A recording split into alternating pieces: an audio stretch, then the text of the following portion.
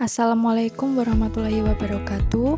Kami dari kelompok 2 akan memaparkan materi tentang bahan pembelajaran tematik terpadu yang beranggotakan Aulia Rizka Faryani, Ummi Nur Azizah, Hazin Triwulandari, Nur Salma Salsabila, dan Alfi Haryanti. Dengan pokok pembahasan yang pertama pengertian bahan ajar, yang kedua langkah-langkah pengembangan bahan ajar, yang ketiga sumber-sumber bahan ajar, yang keempat model pengembangan bahan ajar, yang kelima indikator kelayakan, kepraktisan, dan keefektifan bahan ajar, yang terakhir yaitu jenis-jenis bahan ajar. Pokok pembahasan yang pertama yaitu pengertian bahan ajar. Menurut Magdalena dan kawan-kawan 2020, bahan ajar ialah sekumpulan materi ajar yang disusun secara sistematis yang merepresentasikan konsep yang mengarahkan siswa untuk mencapai suatu kompetensi.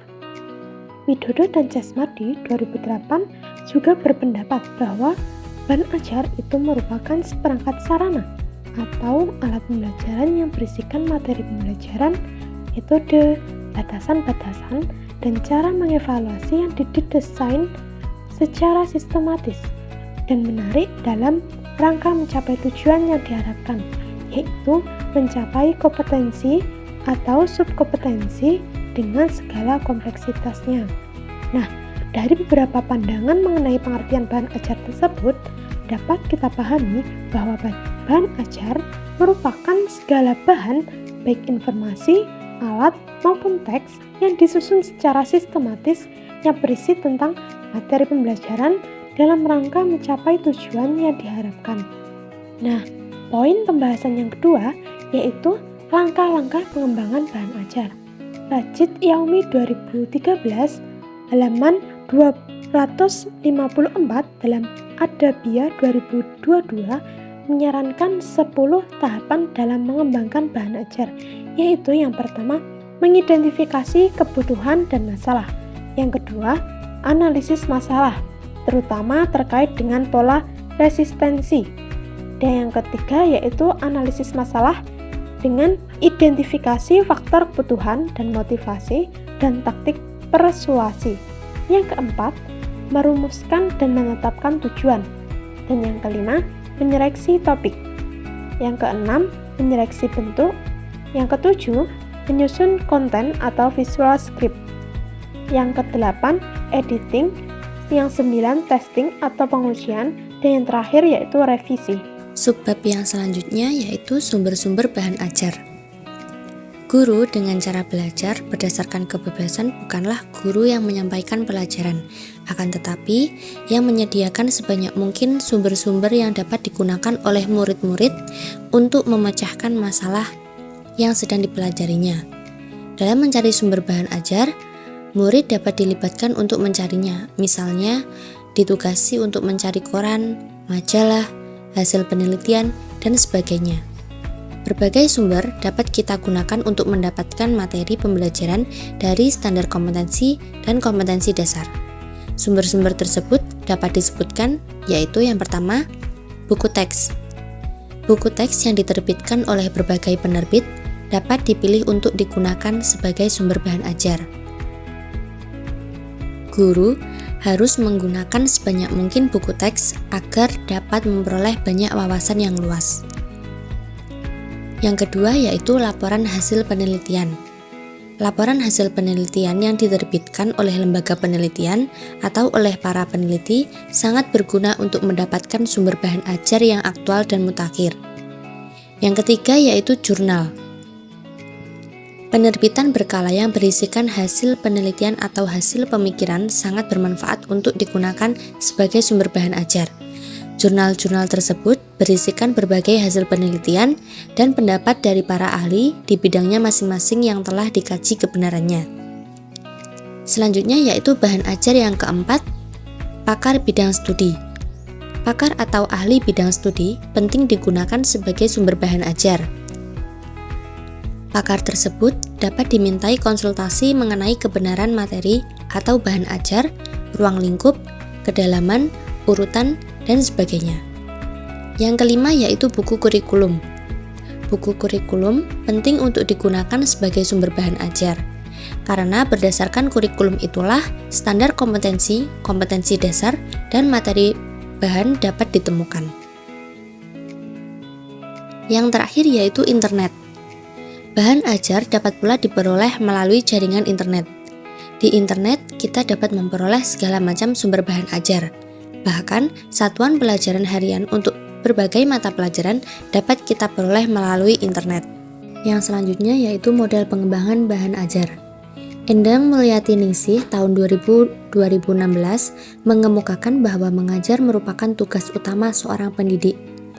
Pendidik yang kreatif akan selalu menciptakan ide-ide dalam merancang bahan pembelajaran baru yang mampu membuat peserta didik dapat mencapai tujuan pembelajaran. Untuk menarik perhatian siswa, hendaknya memperoleh bahan pembelajaran baru dan menarik, sehingga diperlukan metode penelitian dan pengembangan terhadap bahan ajar. Berikut beberapa model-model pengembangan bahan ajar yang dapat digunakan untuk mengembangkan bahan ajar. Yang pertama yaitu model pengembangan 4D. Desain model 4D yang dikemukakan oleh Thiagarajan Semmel tahun 1974 yang digunakan untuk alur pengembangan perangkat pembelajaran pada dasarnya dimaksudkan untuk pelatihan guru untuk anak-anak berkebutuhan khusus.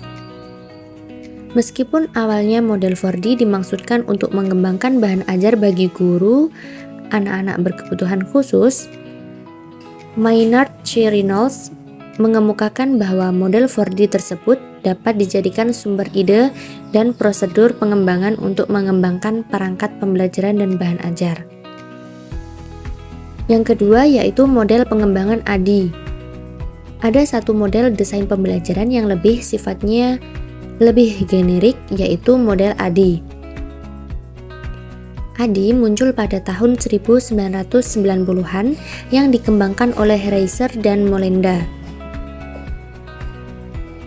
Mulyati Ningsih 2011 mengemukakan bahwa model ADI adalah model yang dianggap lebih rasional dan lebih lengkap dibandingkan dengan model lain.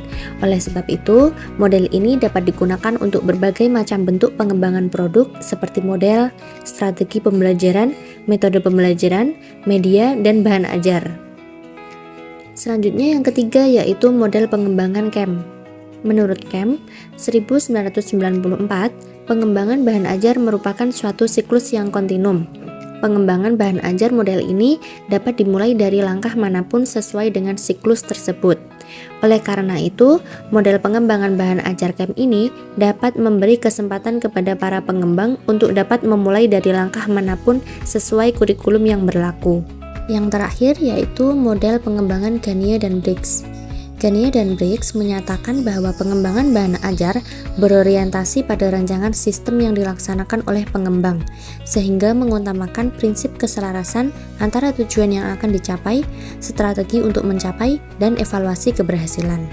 Materi selanjutnya ada indikator kepraktisan, kelayakan, dan keefektifan bahan ajar. Yang pertama kita akan bahas yaitu indikator kelayakan. Setelah bahan ajar disusun, sebelum digunakan, bahan ajar tersebut harus diuji kelayakannya agar menjadi standar. Menurut Badan Standar Nasional Pendidikan, kelayakan bahan ajar dinilai dari beberapa aspek sebagai berikut. Yang pertama, materi. Materi atau isi pelajaran merupakan bahan pembelajaran yang disajikan di dalam buku pembelajaran dengan aspek yaitu kesesuaian materi dengan silabus yang dikembangkan. Yang kedua, seleksi materi dengan silabus yang dikembangkan. Lalu, ada penyajian. Aspek ini dijabarkan menjadi beberapa subaspek, yaitu tujuan atau indikator pembelajaran dinyatakan secara jelas.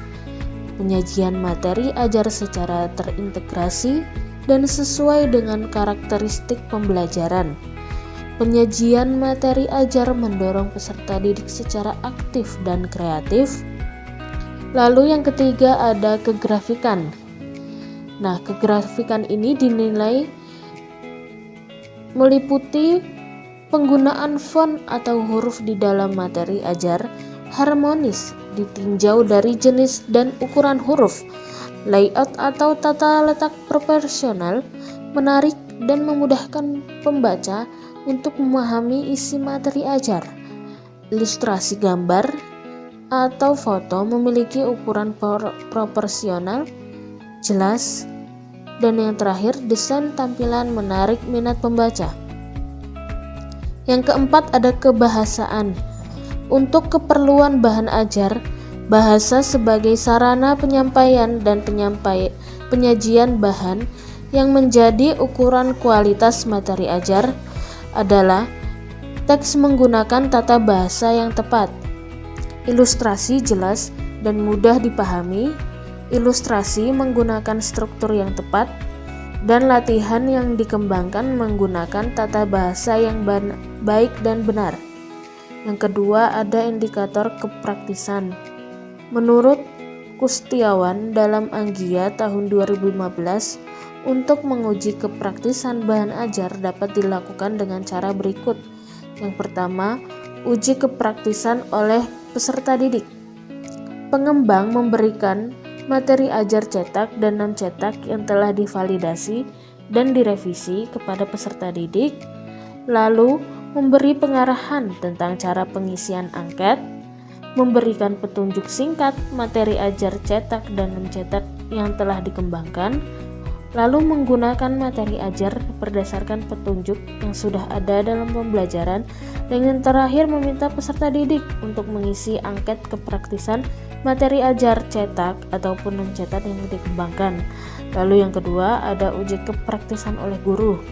Pengembang memberikan pengarahan tentang cara pengisian angket kepada guru, membagikan materi ajar cetak maupun non-cetak yang dikembangkan kepada setiap peserta didik, memberikan petunjuk singkat tentang penggunaan materi ajar cetak, non-cetak yang dikembangkan kepada peserta didik, dan terakhir menggunakan materi ajar yang telah dikembangkan lalu meminta guru untuk mengisi angket kepraktisan materi ajar dan non-cetak. Lalu ada indikator keefektifan. Menurut Lin dan kawan-kawan tahun 2005, sebuah produk kurikulum harus terukur efeknya terhadap subjek sasarannya.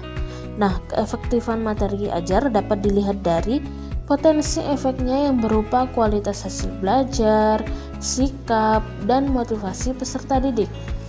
Menurut Acker tahun 1999, ada dua aspek keefektifan yang harus dipenuhi materi ajar, yaitu ahli dan praktisi menyatakan sebuah materi ajar efektif berdasarkan pengalamannya. Yang kedua, secara operasional materi ajar tersebut memberikan hasil sesuai dengan yang diharapkan. Lalu, menurut Suryadi dalam Yazid tahun 2019, materi ajar dapat dikatakan efektif apabila memenuhi kriteria sebagai berikut.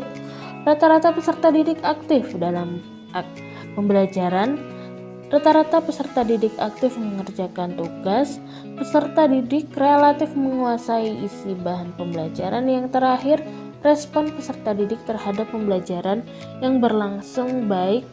Lalu ada jenis-jenis bahan ajar. Nah, bahan ajar ini dibedakan menjadi 4 macam, yaitu bahan ajar cetak, di mana bahan ajar cetak ini merupakan sejumlah bahan ajar yang berbentuk kertas untuk keperluan pembelajaran atau untuk menyampaikan sebuah informasi. Contohnya buku, terus modul, handout, lembar kerja peserta didik, brosur, foto atau gambar, dan lain-lain. Nah, bahan ajar yang kedua ada bahan ajar dengar atau program audio, yaitu merupakan sistem pembelajaran yang menggunakan sinyal radio secara langsung, yang mana dapat dimainkan atau didengarkan oleh seseorang atau sekelompok orang, misalnya kaset, radio, atau compact disc audio. Bahan ajar yang ketiga ada bahan ajar pandang dengar atau audio visual, merupakan kombinasi sinyal audio dengan gambar bergerak secara sekuensial misalnya film, video, compact disc. Dan yang terakhir ada bahan ajar interaktif, yakni kombinasi dari 2 atau lebih media, yaitu audio, teks, grafik, gambar, animasi, dan video yang kemudian dimanipulasi oleh penggunanya atau diberi perlakuan untuk mengendalikan suatu perintah atau perilaku alami dari suatu presentasi, misalnya compact disc interaktif. Nah, selanjutnya ada bahan ajar berdasarkan sifatnya. Dapat dibagi menjadi 3 macam, yaitu bahan ajar yang berbasis cetak, misalnya buku, pamflet, panduan belajar peserta didik, bahan tutorial, dan lain sebagainya. Yang kedua, ada bahan ajar yang berbasis teknologi, misalnya audio kaset, siaran radio, slide, film video kaset, siaran televisi, video interaktif, dan lain sebagainya. Dan yang ketiga, ada bahan ajar yang digunakan untuk praktik atau proyek, misalnya kit sains, lembar observasi, lembar wawancara. Selanjutnya, ada bahan ajar yang dibedakan menurut cara kerjanya. Ada 5, yaitu bahan ajar yang tidak diproyeksikan, yakni bahan ajar yang tidak memerlukan perangkat proyek untuk memproyeksikan isi di dalamnya.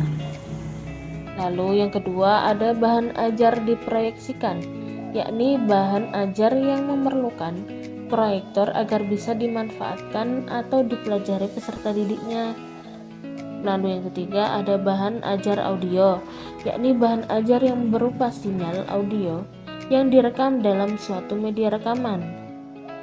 Yang keempat, ada bahan ajar video, yakni bahan ajar yang memerlukan alat pemutar yang biasanya berbentuk video tape player, VCD player, DVD player, dan lain sebagainya. Dan yang terakhir, ada bahan ajar media komputer, yakni bahan ajar non-cetak yang membutuhkan komputer untuk menanyakan sesuatu untuk belajar. Contohnya komputer mediated instruction dan komputer based multimedia atau hipermedia. Nah, berdasarkan teknologi yang digunakan, bahan ajar dapat dikelompokkan menjadi 4 kategori, yaitu bahan cetak, terus bahan ajar dengan audio, bahan ajar dengan pandang dengar, dan yang terakhir bahan ajar multimedia interaktif. Itulah tadi pemaparan materi dari kelompok kami. Bila ada kurang lebihnya kami mohon maaf. Wassalamualaikum warahmatullahi wabarakatuh.